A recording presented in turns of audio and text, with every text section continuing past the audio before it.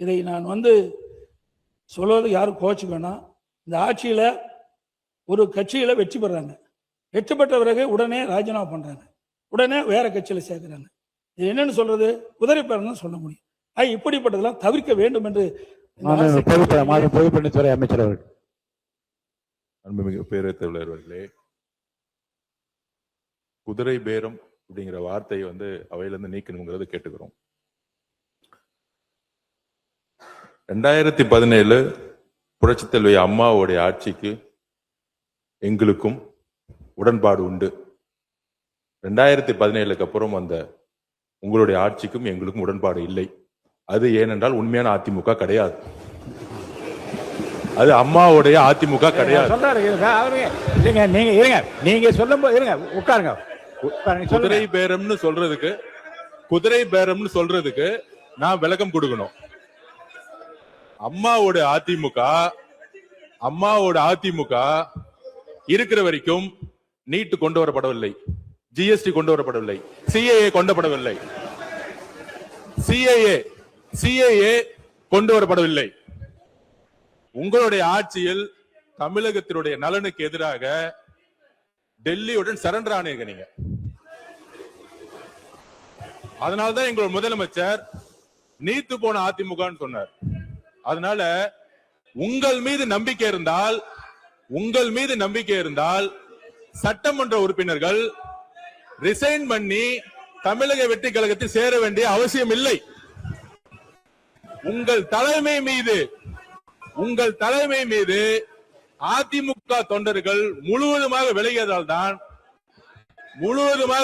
தான் தமிழக வெற்றி கழகம் உண்மையான புரட்சி தலைவர் எம்ஜிஆருடைய விசுவாசிகளும் அம்மாவோட விசுவாசிகளும் இன்றைக்கு தமிழக வெற்றி கழகத்தில் இணைந்து பணியாற்றிட்டு இருக்கார்கள்.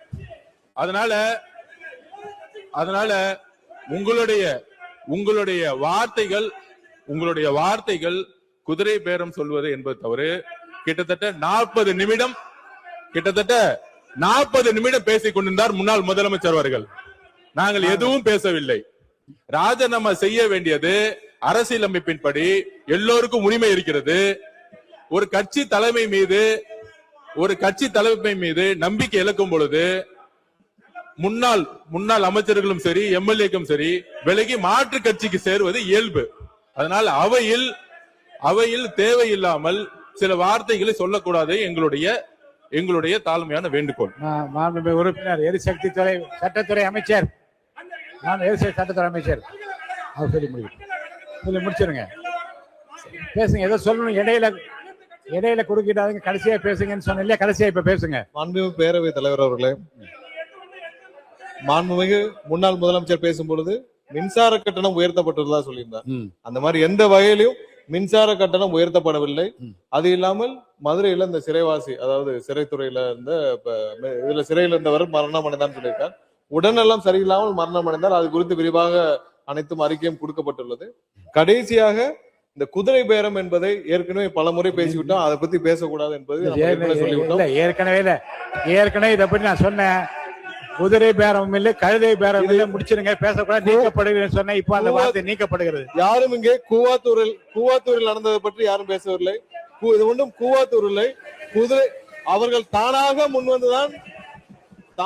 முன்வந்து அவர்கள் தலைமை மீது அதிருப்தி கொண்டு அவர்கள் தானாக முன்வந்துதான் ராஜினாமா செய்தார்கள். இங்கே எந்த கூவாத்தூரும் நடக்கவில்லை. அவை முன்னவர்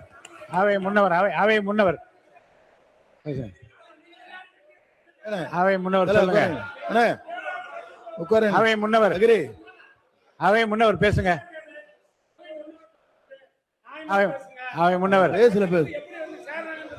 அவை முன்னவர் உட்காருங்க. நீங்க போய் உட்காருங்க சொல்றேன். பேசுறீங்களா? இல்ல நீங்க அவை முன்னவரை அவங்க கிட்ட பேச, என்கிட்ட சொல்லுங்க, பேசுங்க. நீங்க உங்களுக்கு அனுமதிக்கிறேன் தலைவர்களே, நான் பேசுறதே வேண்டாமா? இப்படி கத்திட்டு இல்லங்க, நான் அனுமதிக்கிறேன், நீங்க பேசுங்க. மாண்புமிகு பேசுங்க. மாண்புமிகு பேரவைத் தலைவர் அவர்களே, மாண்பு உறுப்பினர் இல்லை, நான் சொல்ல முடிய வரை விடுங்க. உட்காருங்க ப்ளீஸ், உட்காருங்க. அக்ரி, உட்காருங்க. நான் பேசுறேன். அவை முன்னவர், நீங்க ஒரு எக்ஸ்பீரியன்ஸ், நீங்க என்ன பார்த்து பேசுங்க, அவங்கள்ட்ட பேசுங்க. மாண்புமிகு இல்ல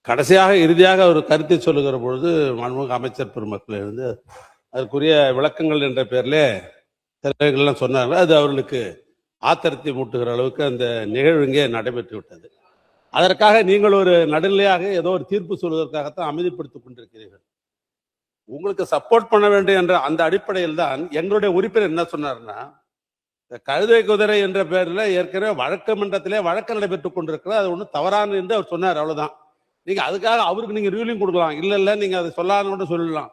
நாங்க 2 பேரும் ஒன்னா சேர்ந்து கொண்டுன்னு சொன்னீங்க பாருங்க, அது மாதிரி இல்ல, அது மாதிரி கிடையாது. அந்த அவசியம் எங்களுக்கு தேவையில்லை. அது எங்களுக்கு தேவையில்லாத ஒன்று. இல்ல நான் சொல்ல விரும்பியதும் நான் சொல்ல வந்ததும் இல்ல குதிரை என்று சொன்ன உடனே 2 பேரும் ஒன்றாக சேர்ந்து நான் சொன்னேன். பேரவைத் தலைவர், உங்களுடைய பேச்சுக்கு உள்நோக்கம் கற்பிக்க வேண்டிய அவசியங்களுக்கு இல்ல. அது செய்யவும் மாட்டோம். இல்ல உள்நோக்கம் இல்ல அது செய்யவும் மாட்டோம் நாங்க. ஆனா என்னன்னா, நாங்கள் எதிர்க்கட்சி என்ற அடிப்படையில் தான் எங்களுக்கு அந்தஸ்தெல்லாம் கொடுத்து எங்களுக்கு எதிர்க்கட்சி என்று வைத்திருக்கிறீர்கள். உங்களுடைய பேச்சை முழுமையாக நடுநிலையாக நீங்கள் நடத்தி கொண்டிருப்பது தான் எங்களுக்கு இருக்கிற பாதுகாப்பை. அவருக்கு பதில் சொல்ல வேண்டும் என்ற அடிப்படையில ஏதோ ஒரு நிலையாற்றில் எப்படி நீங்க சொல்லிட்டீங்க. ஆனால் அது அப்படியல்ல. நாங்க வேற கட்சி, அவங்க வேற கட்சி, அவங்க ஆண்ட கட்சி, நாங்களும் ஆண்ட கட்சி.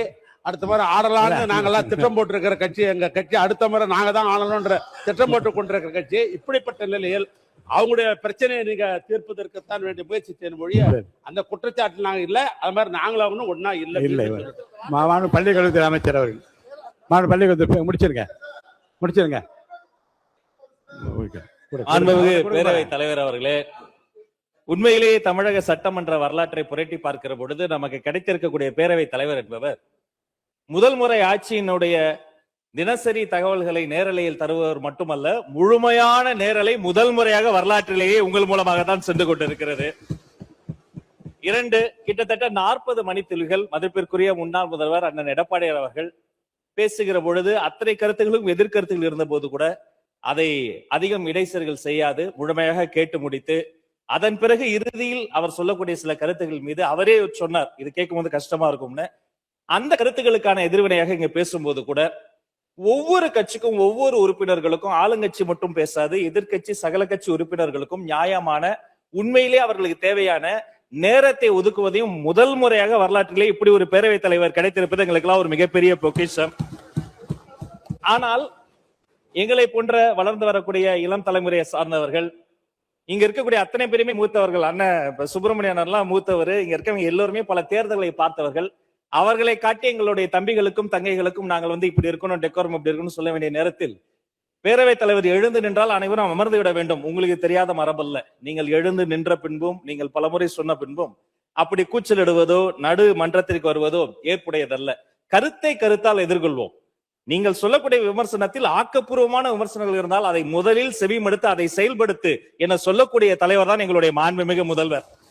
நீங்கள் பேசுகிற பேச்சில் ரசிக்கும்படியான பேச்சு இருந்தால் அதை பாராட்டக்கூடிய முதல் ஆளாகவும் தமிழக வெற்றி கழகம் தான் இருக்கும். எனவே ஆக்கப்பூர்வமாக, ஆரோக்கியமாக கருத்தை கருத்தால் எதிர்கொள்வோம் என்பதை உங்கள் மூலமாக தெரிவித்துக் கொள்வோம்.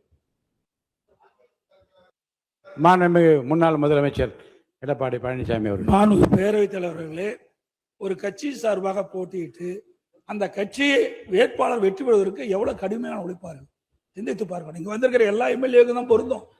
இதே எங்க எம்எல்ஏ மட்டும் பொருந்தும் நினைக்காதீங்க, அனைவருக்கும் பொருந்தும். ஒரு சட்டமன்ற உறுப்பினரை தேர்ந்தெடுப்பதற்கு அந்த கட்சியின் சார்பாக சுமார் 6000 பேர் பணியாற்றினா தான் அந்த வேட்பாளர் வெற்றி பெற முடியும். இரவு பகல் வராமல் ரத்தத்தை வெறியாக சிந்தி வாக்களை சந்தித்து வாக்களை பெற்று வெற்றி பெற்ற பிறகு அவர் வெளியேறினா அந்த கட்சியில் தொண்டர்கள் எப்படி மனம் கொதிக்கும் என்பதை உணர்வுபூர்வமாக நீங்க சிந்திக்கப்பட வேண்டும். நீங்க முதல் எம்எல்ஏ ஆகிருக்கிறீங்க, நான் 6 முறை எம்எல்ஏ ஆகியிருக்கிறேன், இதுக்கெல்லாம் ஒரு முறை நாடாளுமன்ற உறுப்பினர் ஆகிக்கிறேன். ஆக சிந்திக்க வேண்டும். அந்த அடிப்படையில் நான் ஒரு கட்சியுடைய பொதுச்செயலாளர் என்ற அடிப்படையில் எங்களுடைய கட்சியின் சார்பாக அறிவிக்கப்பட்டு தலைமை அறிவிக்கப்பட்ட அந்த அறிவிப்புக்கு இணங்க அனைத்து இந்திய அண்ணா திராவிட முன்னேற்ற கழக கட்சி நிர்வாகிகள், எங்களுடைய கூட்டணி அங்க வைக்கின்ற கட்சியுடைய நிர்வாகிகள், தொண்டர்கள் அத்தனை பேரும் உழைத்து தான் இவ்வளவு பேர் வெற்றி பெற்றிருக்காங்க. அதனாலதான் அந்த கருத்தை சொல்ல வேண்டிய நிலைக்கு நான் தள்ளப்பட்டேன் என்பதையும் தங்களுடைய கவனத்துக்கு கொண்டு வரேன். அதோட தாங்களுடைய சொன்ன கருத்து உண்மையிலேயே உண்மையை காயப்படுத்தி இருக்குது. 2 பேரும் ஒன்னா சேரல, இல்ல நீங்க இருந்த காலத்திலயும் ஒன்னா சேரல, நாங்க இருக்கிற காலத்திலயும் ஒன்னா சேரல என்பதையும் நேரத்தில் ஒரு விளக்கம் மட்டும் நான் சொல்லிடுறேன்.